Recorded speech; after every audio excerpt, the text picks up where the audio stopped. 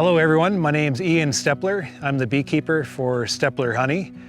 We farm just outside of Miami, Manitoba. This is my daughter, April.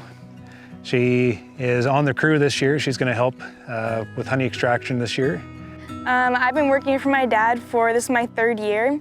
And next year I'm planning to go to university at the U of M to take an agriculture course, so then I can come back and work as a beekeeper with my dad. As you know, bees have stingers and they sting. And we don't want that, so we like wearing these suits.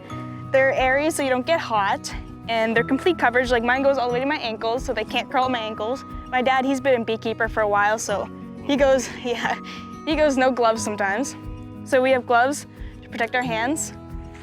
They zip up all the way. We got our veils on the back, like this, so they can't get at our face. And they just protect us from the stings, so we're safe in the yards.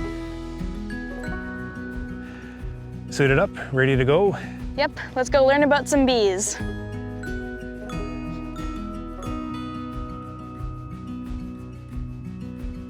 So one of the first things we do as we get into a bee yard is we light our smoker. April's lighting the smoker right now. And what we do is we fill it up with bark. We find some dry grass and some cardboard, and we get it going real nice and strong. So it gives off a real nice heavy smoke, like that. We don't want it so hot that the smoke will burn the bees. We want a nice cold smoke. So once we get the smoke going like this, we'll use it in the yard to calm the bees. So it just helps us work the bees without them being so angry with us. So you see some bees in the front of the colony here. And the colony arranges themselves with guard bees, first off. They're the ones that defend the nest. And as I open up the colony like this, the guard bees, they sense a disturbance, and what they do is they release an alarm pheromone. And the alarm pheromone is much like an alarm in a house when the intruder's getting in. It's like a bell ringing. So what we do is, as a beekeepers, we use smoke and we neutralize that smell, just like that. So now they can't smell that alarm pheromone. So this is one of my bee yards. I keep 40 colonies in a yard, basically because I don't want too many colonies in a yard once, because then there's too much competition for honey. If you look out to one of our fields here, this is our canola field, and this is where the bees are gathering the honey from. Every colony is a stack. So this is one colony here, this is another colony here. Every colony has a brood box. This is where all the baby bees are developed and raised. And then when the colony grows, we put boxes up on top, and this is where they store the honey. All the boxes up on top here.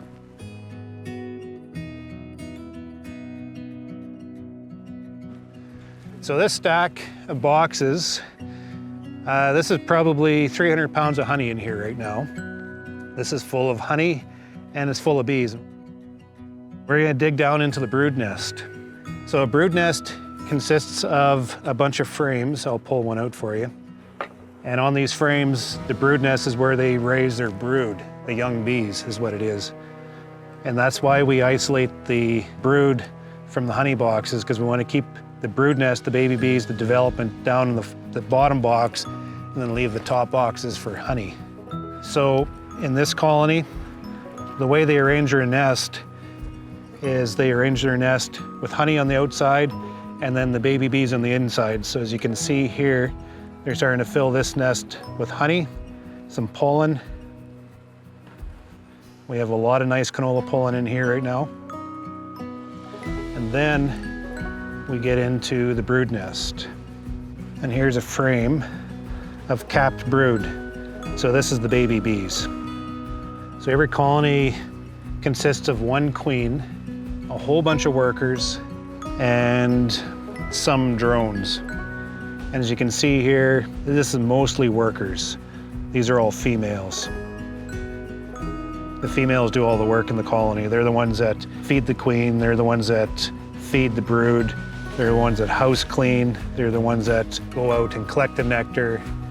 They're the ones that process the nectar into honey. They're the ones that defend the nest. The worker bees are the ones that do all the work in the colonies. The drones, here's a drone here. So if there's a nest of, let's say, 75,000 bees, let's say, there'd be about 1,000 drones. And the drones, they mate. That's the only thing they do. They don't clean, they don't collect honey, they don't feed the queen, they don't defend the nest. Actually, they don't even have a stinger in the back of them. All they do is they mate with the queen. That's their only purpose within the nest. The queen is the one that lays all the eggs. She'll start in the spring and she'll lay her body weight every day. So we're looking at anywhere between 1,000 or up to 2,000 eggs every day as she's developing out this nest. So there's only one queen in each colony, and the queen will live up to 1 or 2, sometimes 3 years. And when the queen gets too old, what the colony do is they'll actually kill her off and develop a new queen. So on this brood frame, there's a lot going on in this brood frame right now. The queen has laid a whole bunch of eggs in here. You probably can't see the eggs, but they look like little tiny grains of rice in the bottom. And after 3 days, those eggs will hatch and they'll turn to larvae. And what the larvae do is they grow within the little cells here. All these little worker bees will feed the larvae until it gets old enough, it'll be capped. And it spends the rest of its time underneath the wax cappings. You'll see this little peanut cell here. That is a new queen being developed right now. And that queen will emerge and she'll kill off the old queen. But this one actually hasn't killed off the old queen because this virgin queen here has already killed her off. The first virgin queen that emerges kills the old queen and then kills off all her competition. So her job now is to search all these cells, and she's going to destroy every cell within this nest to make sure she's the only one living. Now the queen bee is developed from the same egg laid from the queen, except they're raised a little bit differently. They're fed a different diet.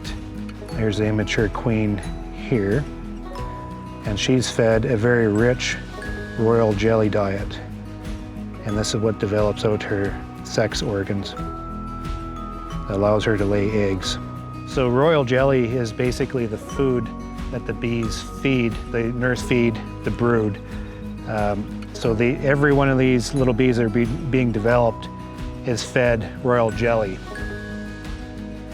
The queen bee is fed just a very specific royal jelly, which is a very high protein food. So what happens in every colony every morning is the nest pretty much sits an idle. They're sitting there, they're just waiting for the signal to start work. What happens is scout bees will go out and they'll start collecting nectar within the area. So let's say there'd be about 10 scout bees go out, they'll find nectar sources, they'll come back, and they'll communicate to all the rest of the bees within this nest where those foraging sources are. So I'm the scout bee, and I found my source of nectar. I bring it back to the nest, and I hand that to you. And you're like, oh, that's really good. This is good. Where'd you get this? You want to know. So now I have to tell her where I found that foraging source out there, and bees can't talk, and they're in the dark, so they can't see anything. So what the bees do is they do a little bit of a dance, and they'll do a dance like this in the comb like this, and they'll shake their bums. And with every little shake, it will give off a vibration, and the direction of their dance and the intensity of their dance will draw a map where that forager bee found that nectar source. The forager will bring the nectar back from the field, and she'll stand on the front step, and she'll wait for a processor bee to come, and the forager will give the payload of nectar to the processor bee, and then the forager will get back to the field right away. So she's always collecting. The processor bee will take that nectar and she'll bring it up and she'll process that nectar into honey. And right here what you see is cured honey. And this is what we as a beekeeper will process.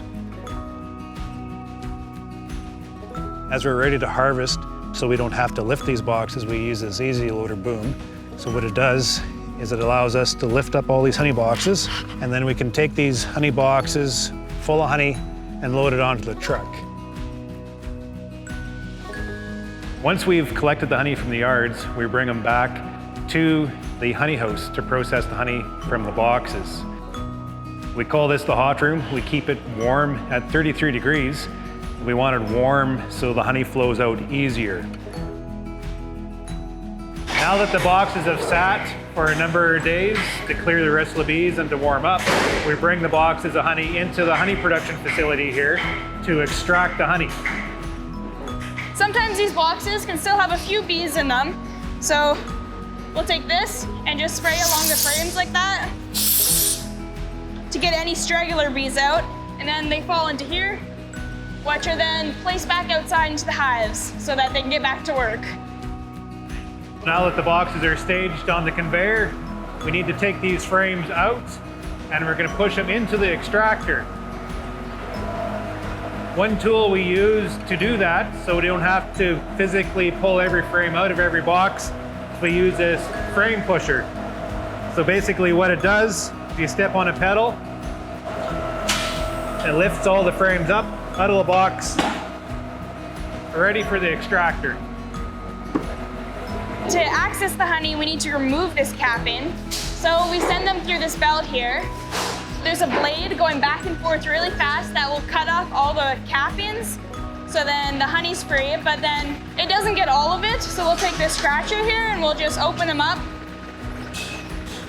so that the extractor can get the honey out of them. Once the frames go through the uncapper, they collect on this conveyor. This conveyor holds 60 frames, and what this does is just waits. It stages the frames ready for the extractor.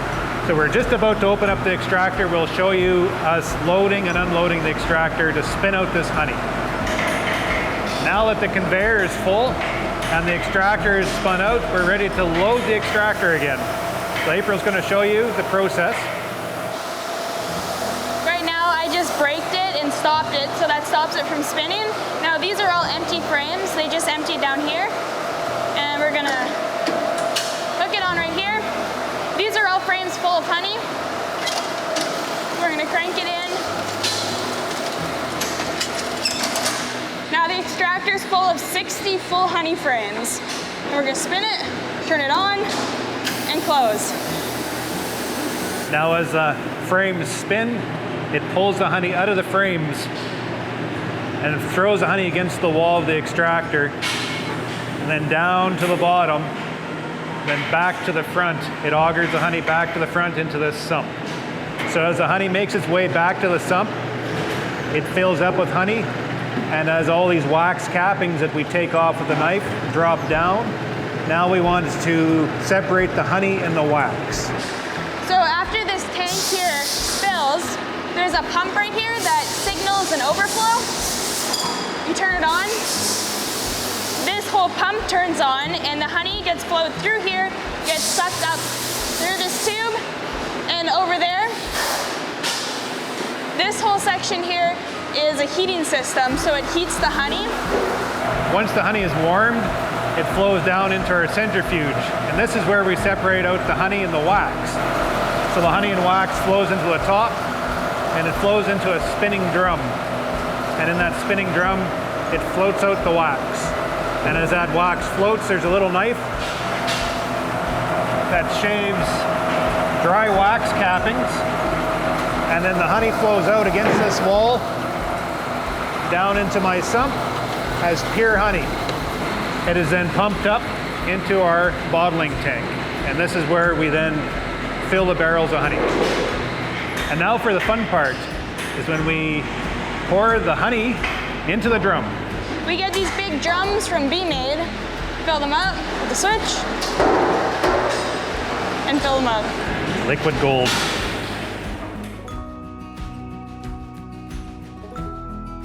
Thanks for coming out with me and my daughter out to the bee yards and into the honey house. We showed you how we produced honey and how we work so hard and producing our product. Next time you're at the grocery store, keep an eye out for our product on the shelves. Bye. Bye.